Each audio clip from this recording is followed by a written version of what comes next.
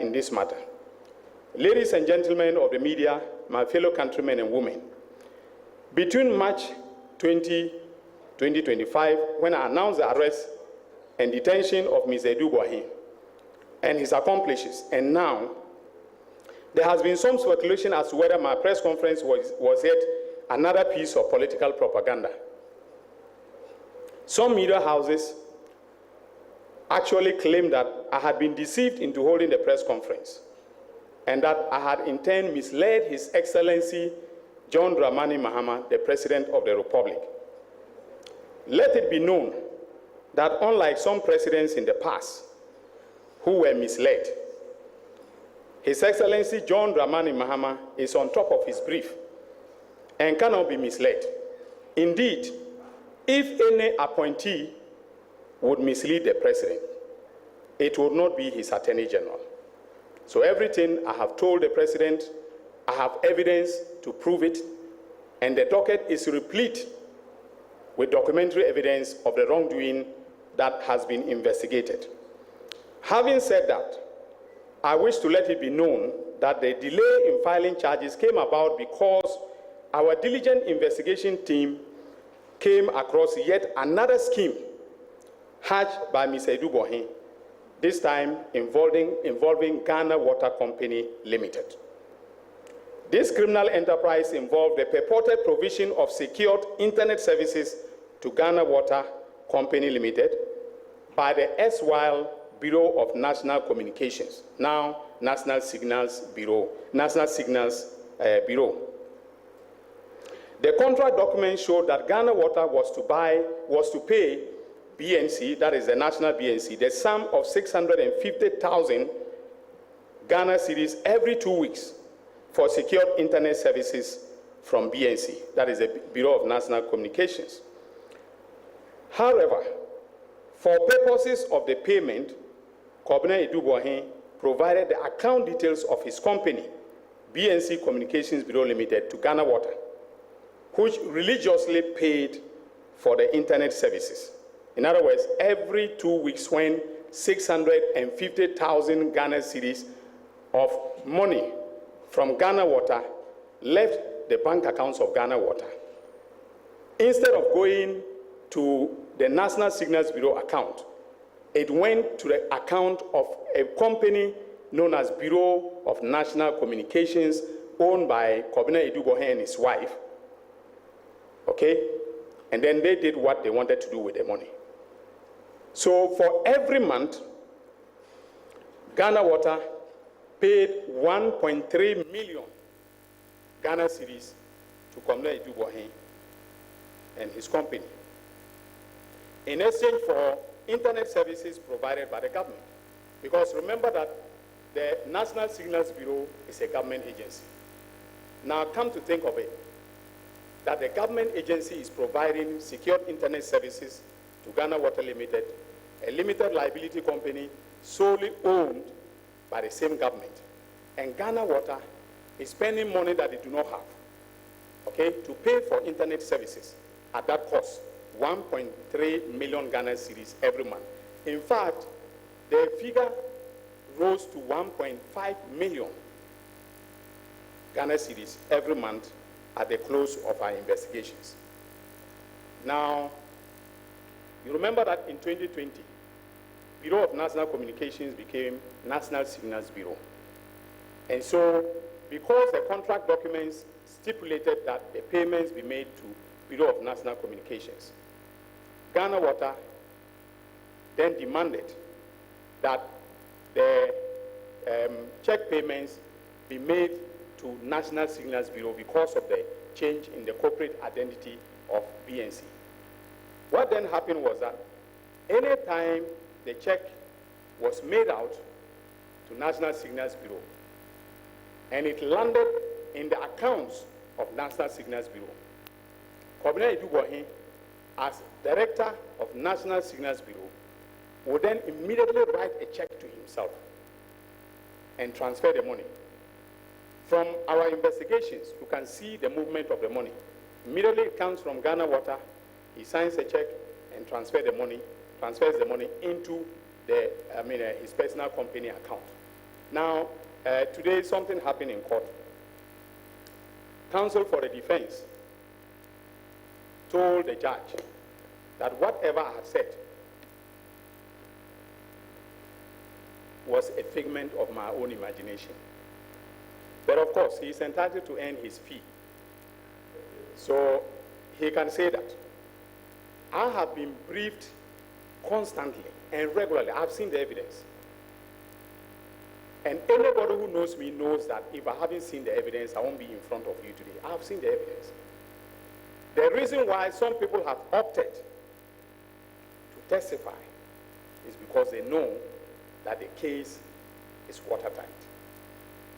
So, counsel can continue to say what he's saying, but when we present the evidence in court, he will know that this is far from being imaginative. I have a very fertile imagination, but not in this case. So, ladies and gentlemen of the media, significant progress has also been made in other investigations being conducted in relation to the oral briefs presented to me in February. The investigations by the National Intelligence Bureau have been equally thorough under the direction of its Director General, Mr. Al-Hassan Kipo, and guided by the team in my office, most often led by the Deputy Attorney General, Dr. Srimsai. In respect of the SkyTrain matter, we have completed investigations and will be filing charges hopefully next week. We have established that $2 million United States of American dollars was paid by the Ghana Infrastructure Investment Fund without board approval. The only persons who knew and acted on the payment were the former CEO, Mr. Solomon Asamoah, and the former board chairman, Professor Ameyao Ekumfi. Both will be charged next week. The docket's ready. We know the charges we are filing against them, so they will be charged next week. Some of the board members have offered to testify as witnesses for the prosecution, and I am considering their offers. And usually what I do is that when you offer to testify, I sign an agreement with you, and I immunize you from prosecution either today or in the future. So that is what I'm doing with those who are making offers. So if you know, if you're a whistleblower, you know of any crime that has taken place, please come. Even if you are marginally involved, I'm prepared to cut a deal, and then we can deal with the actual criminals.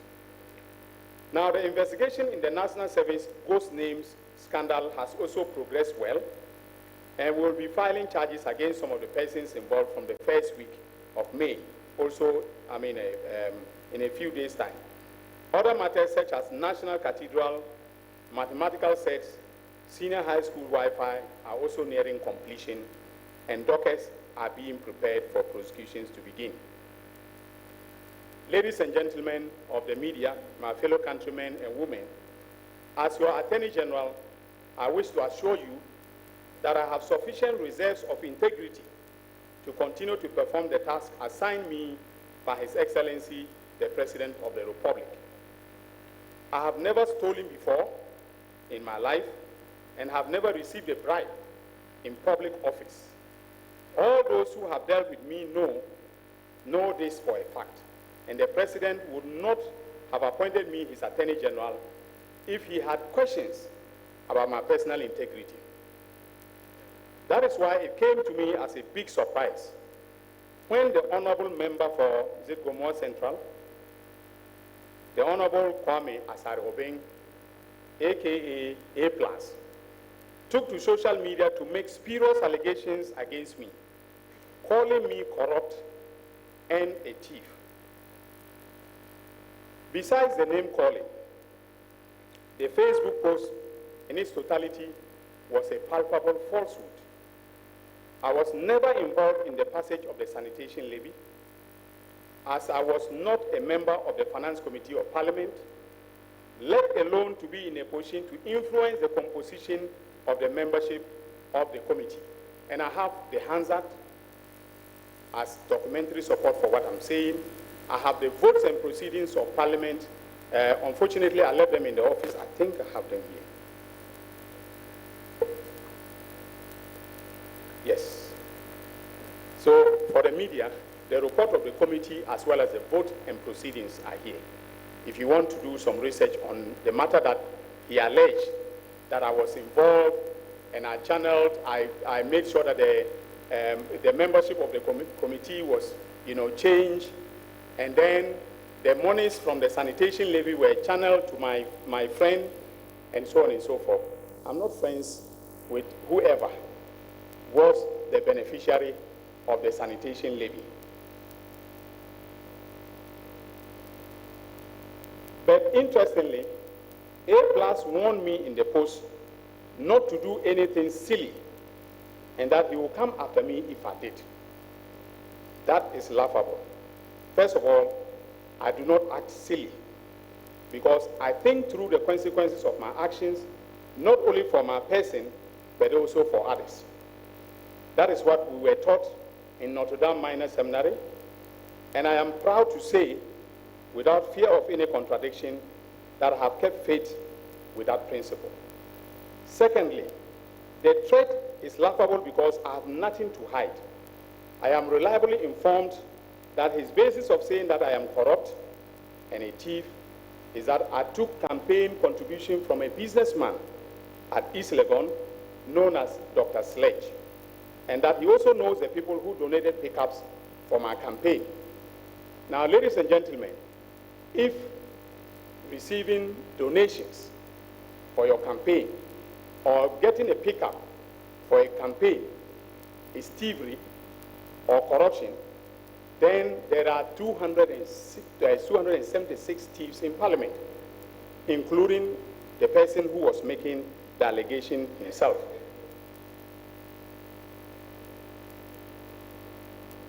So, ladies and gentlemen, if A+ has any evidence of corruption or thievery against me, I am challenging him today to call a press conference and present the evidence or present it to the police to investigate me. In contrast, the media should ask him about the silly thing that I was about to do, which frightened him so much into making that silly post about me. He should be asked what he knows about the National Service ghost name scandal and related matters. If he can give truthful answers to these questions, then Ghanaians will know why he took to social media to do what he did. But let him be warned that in my hometown of Zorungu, we do not fear mud being thrown at us. On the contrary, we walk into the mud to deal with the person doing the mud slinging.